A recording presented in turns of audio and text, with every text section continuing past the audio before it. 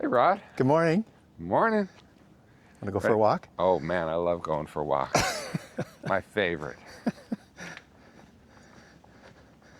Oh, yeah. One of my favorite places.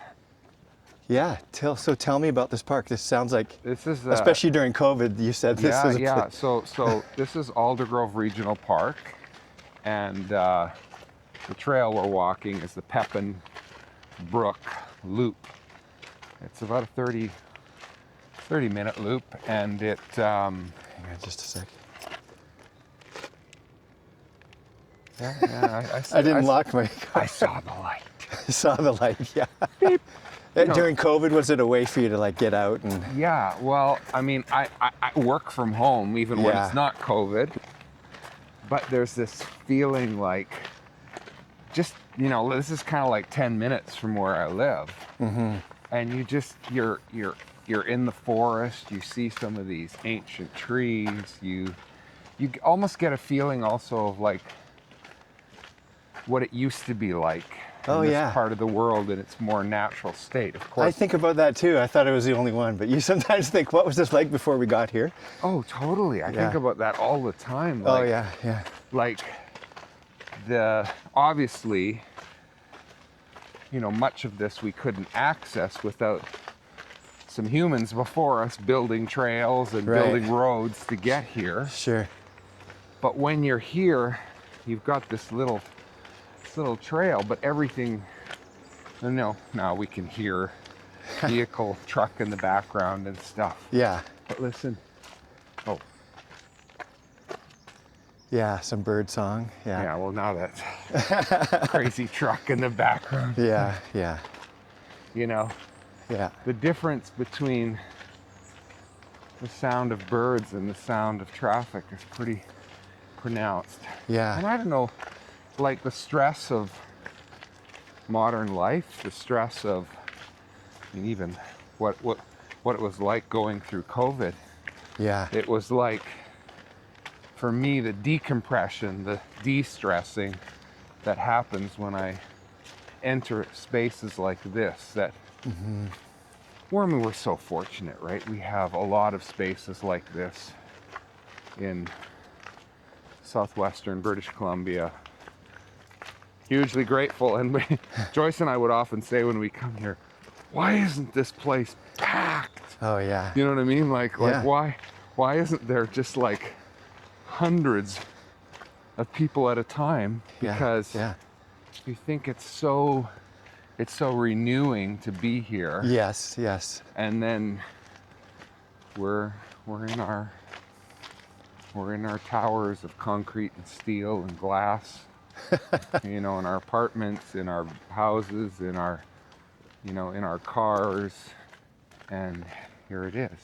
Yeah. Waiting for us. I did want to ask you though, like you live on a piece of property, you live on acreage.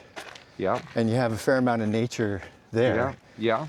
That's got to be nice to be able to just sort of step out your door and have you have a creek running through and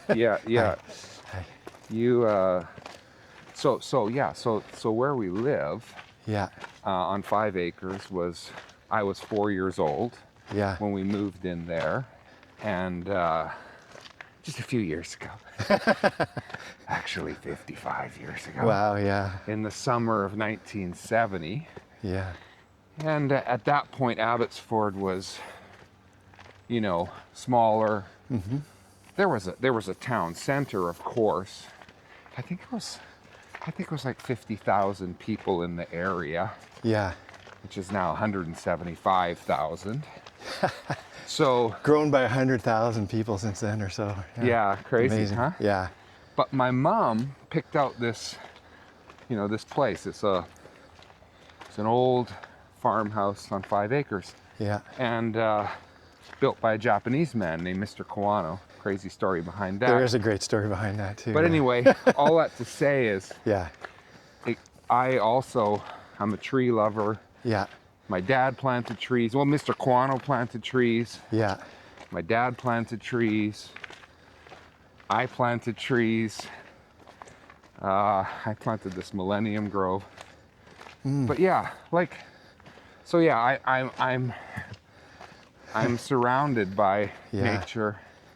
And I don't think I really understood the gift of it until I was, you know, well into my adult years. Sure. Because when you're a boy, you grow up there. It's just natural. It's just normal. It's normal. Yeah. And I remember actually sometimes being envious of my friends who lived in town. Right, yeah. Oh, they're close to 7-Eleven.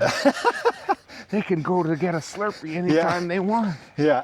They just go 5 minutes down the road. Yeah. Well, meanwhile, I'd have to get on my little bicycle. Yeah. And pedal for like 30 minutes across town. Anyway, you know. Yeah. I experienced that a bit too. We were out on acreage and out of the sort of the main area in White Rock, you know. Okay, yeah. Actually, when we first moved there, probably around the same time as you moved to your property in Abbotsford, we actually had gravel roads. Like it was. Oh, wow. Yeah. Yeah. And the area where Semiahmoo Mall is now, that was all trees. And I drive around there with my kids in the car. I sound like such a fuddy-duddy sometimes. Like, yeah, this used to be all bush, you know? Yeah. Yeah, so sometimes it's good to get back in the bush. Yeah, exactly. And just... Yeah, do you feel like maybe without realizing it, even though you didn't appreciate it when you were a kid, there is that thread, like there is a bit of there's still that connection maybe too. You created some sort of connection back then? Yeah. Absolutely. Yeah. And, you know, I think it was in nature that I first connected spiritually, that I first connected creatively. Oh, wow. You know, like it was... We got to unpack that a little bit. You know, it's just the way it works for me. Like being in man-made buildings, some of them, you know, kind of like thrown together in ways that aren't very artistic or beautiful. They're just functional. Yeah. And I the kind of person I am, I'm just not. Yeah. It does something to me. Mm-hmm. Or it depletes you. It drains you. Yeah. And it fatigues me. Mm-hmm. Whereas being in a place of beauty, and especially natural beauty, energizes me and awakens me and starts getting me listening and looking. And you know, I mean, obviously there's also great and beautiful architecture in our world and structures that humans have designed. Yeah. But I think the best ones are the ones that are inspired by nature. Yeah. Right.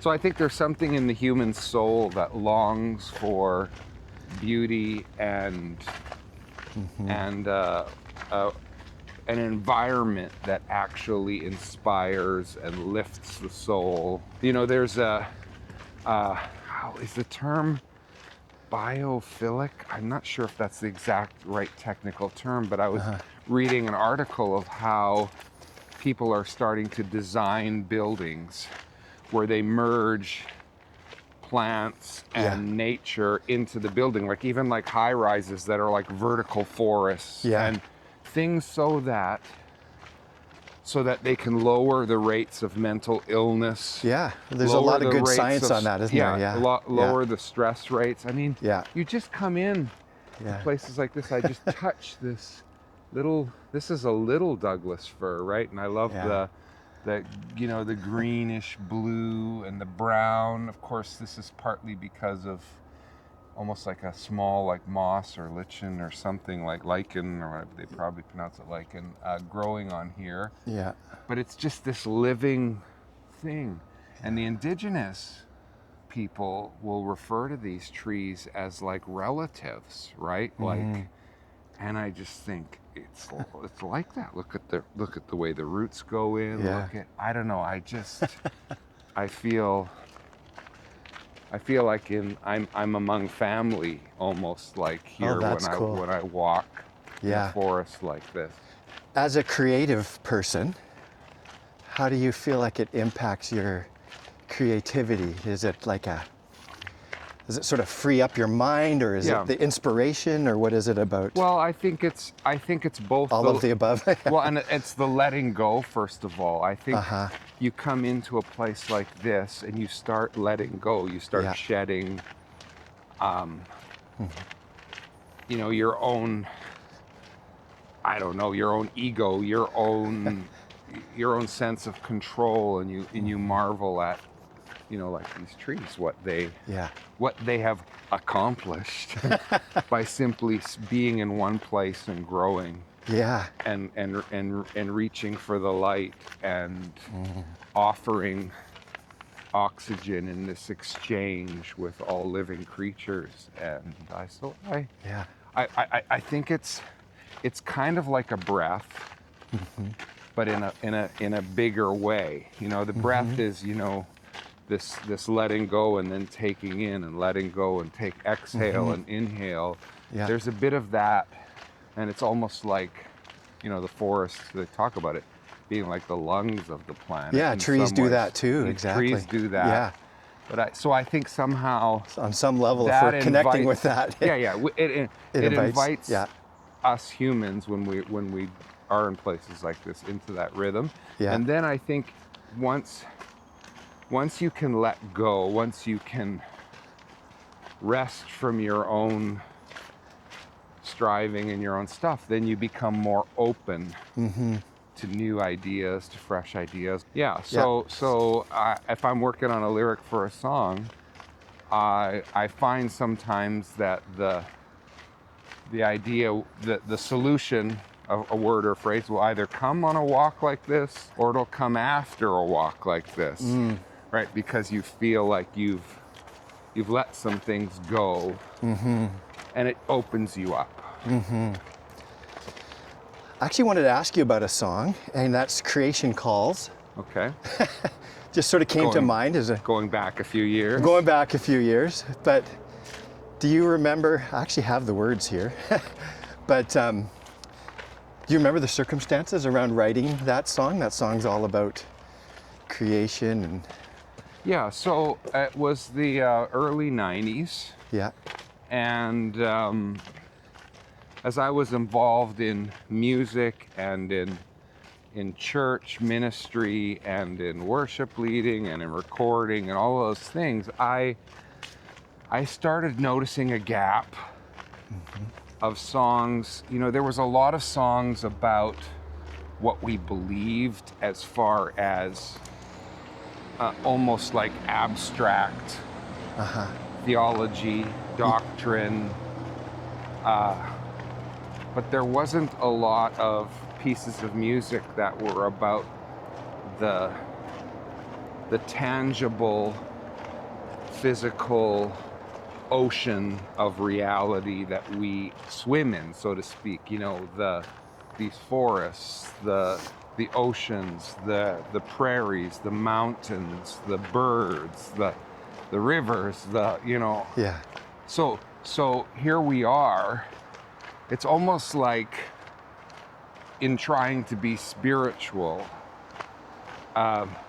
we're trying to shed this ocean of physical reality and tune in to, you know, the next, some call it the next world or heaven or something. And I remember thinking, and the kingdom to come rather than the kingdom reality, the kingdom reality. The reality that we're right in. And I remember thinking, oh, we need some songs that really, in a beautiful, simple, poetic way, speak of that. And I walked over to the piano, and I felt the wind blow, whispering your name.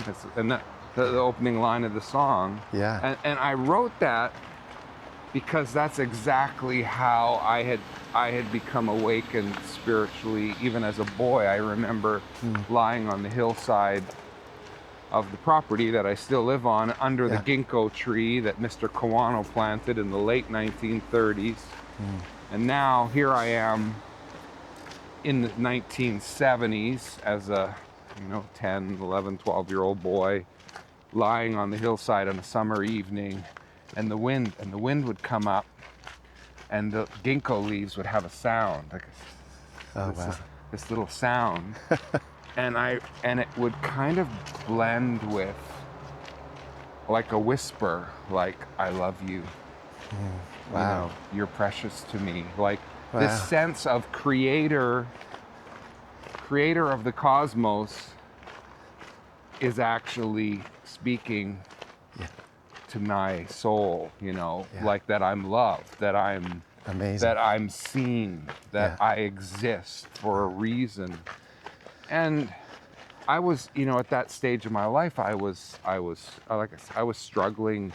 I would go to church with my parents because that's what you did, but I couldn't relate to church services and the kind of music and the kind of sermonizing approach to life. I just felt it was disconnected from this beautiful physical world in which we lived. So when I was, you know, in my 20s, I would have been in my mid to late 20s when I wrote Creation Calls. I was recalling all of those experiences growing up. Oh yeah. And then starting to think I want to sing into that. And I started recalling all, you know, I felt the wind blow.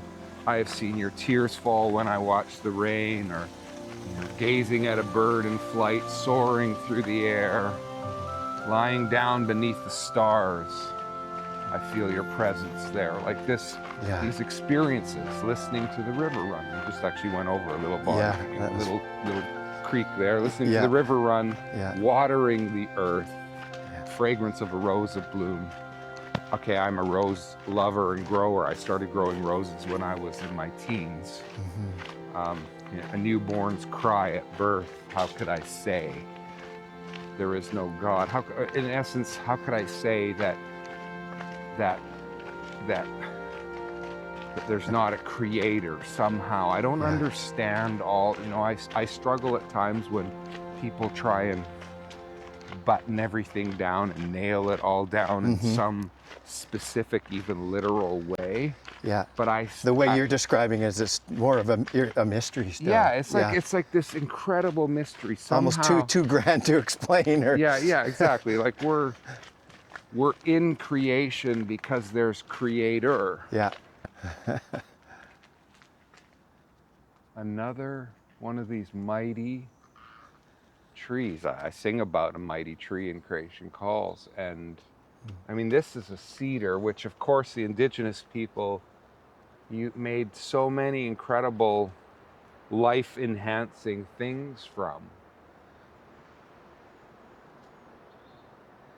It's humbling standing next to these trees and inspiring at the same time. Amazing.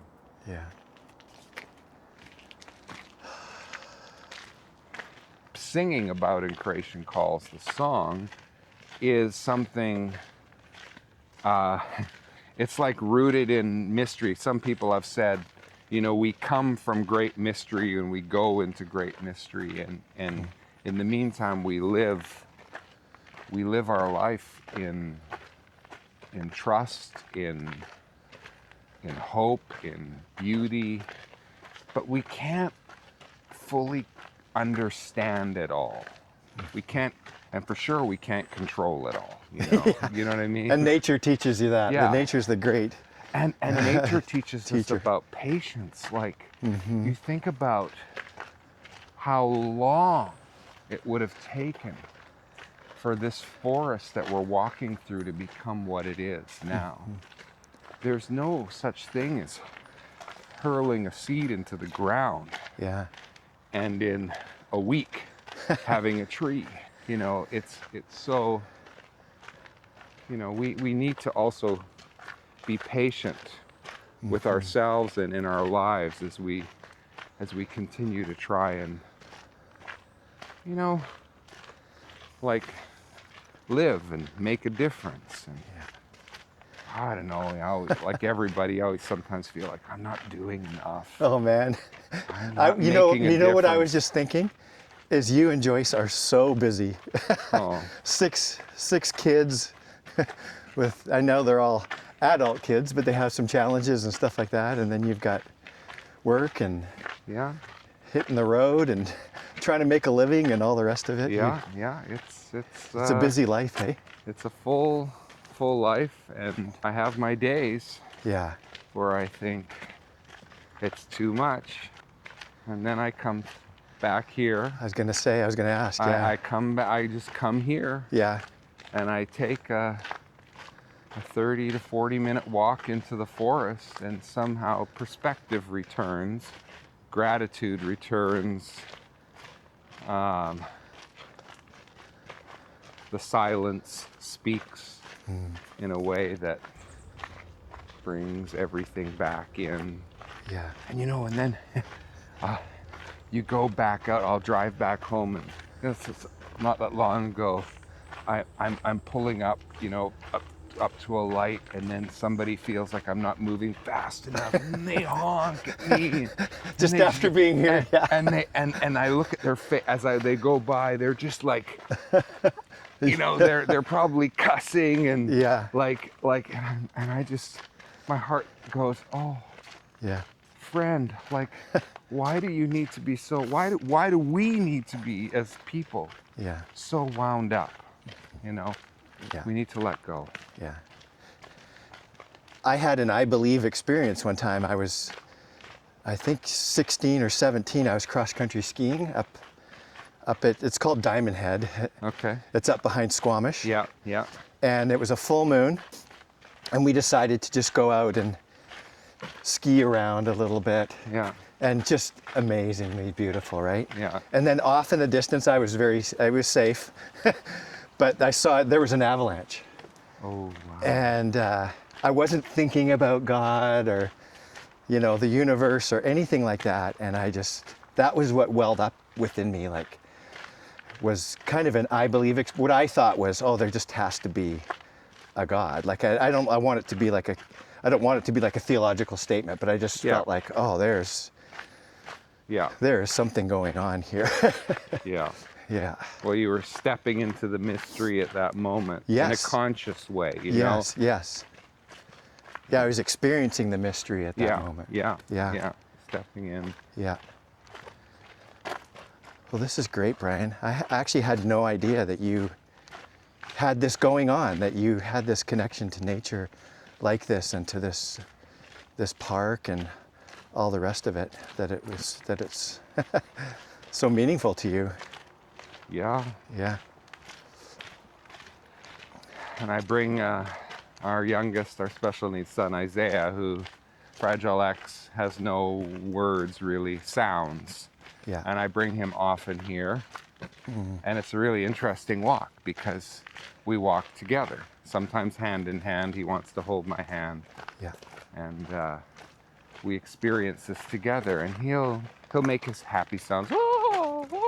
Like he makes these kind of sounds, and he's completely relaxed until he sees a dog coming, and then he's not so relaxed. A little bit afraid of dogs. Yeah, until the dog is passed. Yeah. But so I often experience this walk with another person, but without speaking. And I also like that. That's interesting, yeah. Yeah, just the fellowship of just doing the loop. Joyce and I, of course, will do it fairly often too, and that'll be a mixture of silence and conversation. Yeah.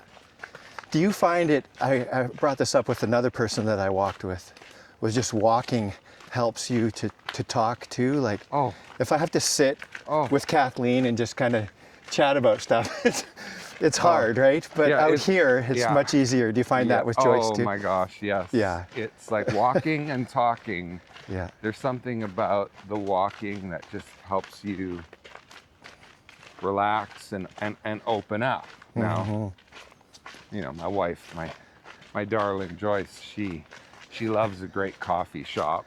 So you do that. One of her expressions is like, you go buy me a coffee and I'll tell you anything, like, because she's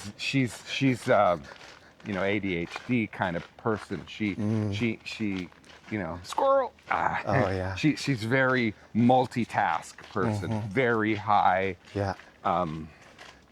High aptitude. She can manage a lot of things, and I'm not. I'm not that. So sometimes I like Yeah, either a walk like this or a coffee shop so that she can focus and we can do a bit of planning and talk about something. Hey, how do you feel about this? Or, you know, yeah, that's a gift. Are you a bit more like me, like a one thing at a time person? Yes. Oh, I'm a one thing at a time and person. then there's, there's too much going on. Someone even asking me a question, it's like, oh man. Let me concentrate. I need time to ponder that. Yes. You know, the pace. Yeah. The pace of things has changed. It has, yeah. And it's accelerated. And so for people who need slower pace and one thing at a time, we have to find. Yeah. We have to just be deliberate about finding these places of renewal. Oh, yeah. Right in here. Okay, this is going to be a spot too. I'll just try and. We're going to. We're going to come into the little bridge over Pepin Brook. And there's so many birds here. I'm watching them flutter around everywhere. You can hear it.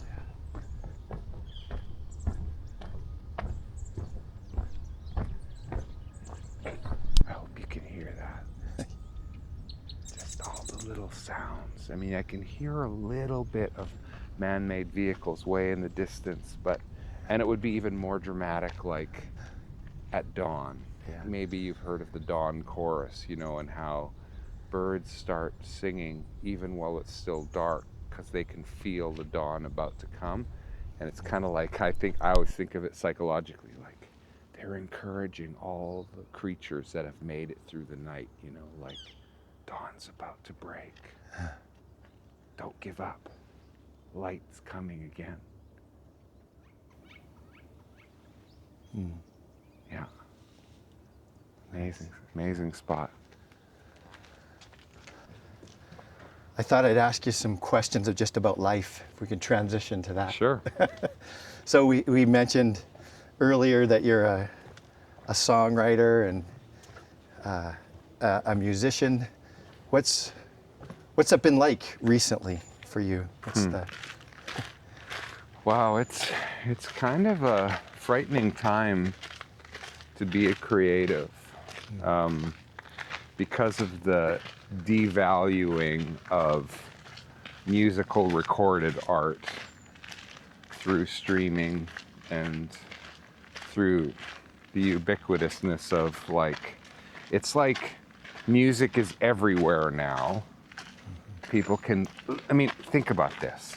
People can pay whatever, like $10 a month or $15 a month for these streaming services like a Spotify or Apple Music. Yeah. And they can basically access almost every song that's ever been recorded. Yes. Talk about undervaluing musical art. Like the years and years of what it takes to hone a craft, the tens of thousands of dollars it takes to go into the recording studio and hire engineers and technicians and drummers and I was just thinking too, it's not just the musician's skill, but it's all of those people too. Oh, it took generations of investing and reinvesting in order to develop the equipment, a console that has a clean signal path, and that takes a human voice or an instrument and just renders it in its most beautiful way. And all of those things are being undervalued. And people somehow now think music is free. Right. And the thing is, the best musicians are servants. You're trying to give people a voice, or you're trying to speak something that's almost unspeakable, or let's just say you're trying to put into words and melody what they need or want to say, maybe to their maker, to their partner. Right. Like the Call to Creation song, you expressed what I have felt at one time in my life. And I've had many letters over the years about that particular song and others like it. Yeah. So there's this huge transition happening, and at the same time, there's good in it, of course. I mean, the ease now for a person who has a good song idea, they can write that song, they can take software on their own laptop, grab a mic, they can document it, and within minutes almost share it with the whole world. Of course, there's hundreds and hundreds of millions of things, so how does the right person find it? So anyway, it's a you know, I don't know, I'm turning 60 this year. Yeah. I've made a living doing music for 35 years. Yeah. And you've essentially lived through all of these changes. Yeah, I've lived through all of the changes, Yeah. and I've still managed to make a go of it. Yeah. And I don't, you know, I'll slow some things down, but this is what I plan to do until my last breath, I think. Like, I don't know. It's the beauty of songwriting. Yeah. Is you're just gathering up experiences that you've had, or you're discovering a gap. Oh, I can't think of a song that says X or Y, and you're writing into that gap. Well, there's always going to be another song to write, another song to sing, you know? That's why sometimes songwriters are asked, what's your favorite song you've ever written? And the real creatives, it's always the last song they wrote. Oh, okay. Right? Because they come alive in the creative process. We do. And so I got a song I'm working right now with a good friend called Signs of Hope. Well, it's about. It's going to be your best song ever. Well, I don't know. Like, it's just put it this way. It's a song that's living and breathing, and I'm in me right now, and I'm thinking about it, and I'm trying to finalize lyrics, and I find myself just humming it and singing it. Of course, I have great gratitude for the early songs because they've helped sustain me and opened a door for me to keep on doing this, you know. Right.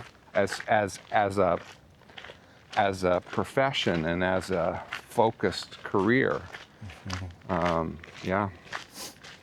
So you mentioned gratitude, and that was actually one of my questions that I have, is just, you've had a lot of experiences in your life. Is there one in particular that was really difficult, but now you look back on it and you're grateful for it, that you're grateful to have gone through it now?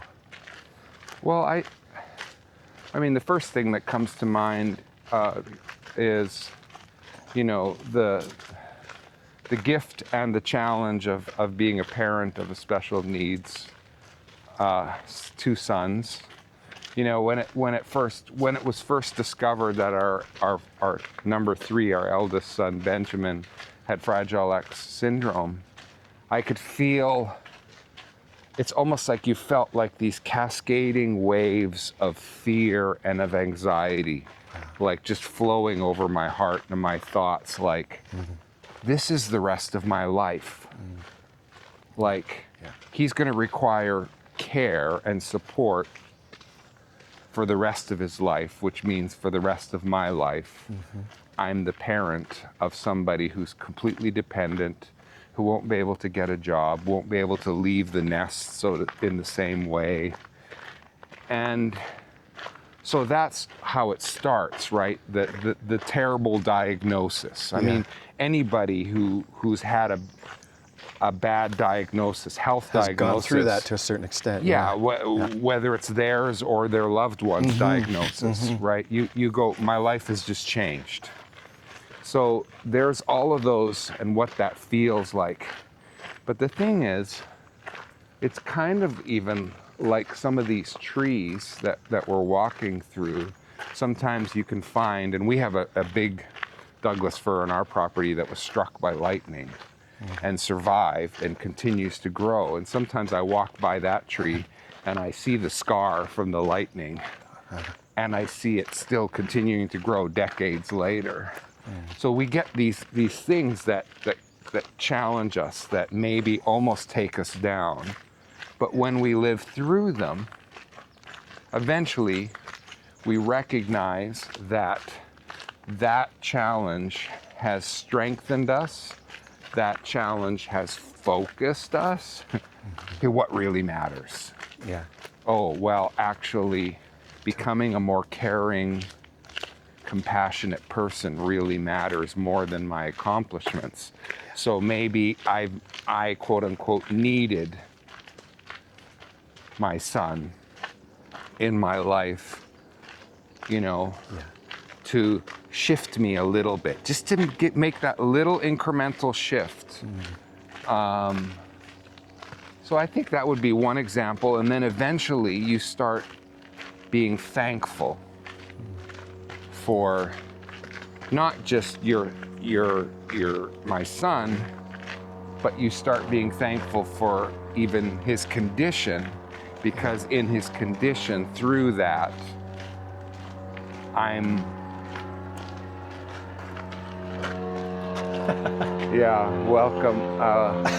welcome. Hey, we're trying to have a conversation down here. I know you can't see us because we're in the forest, but you know, keep it down. Up there, you know, the land of planes and helicopters. And we aren't far from an airport here. No, we're not that far from. Yeah.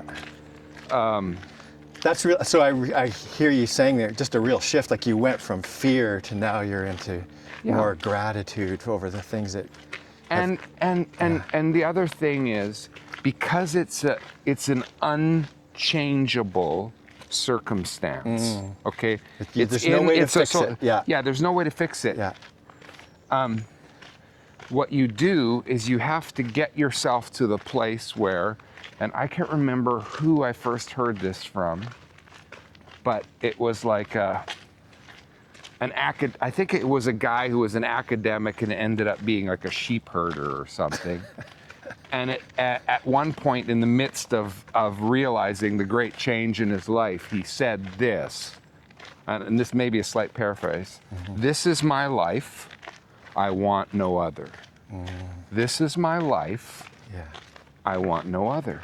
This is my son, I want no other."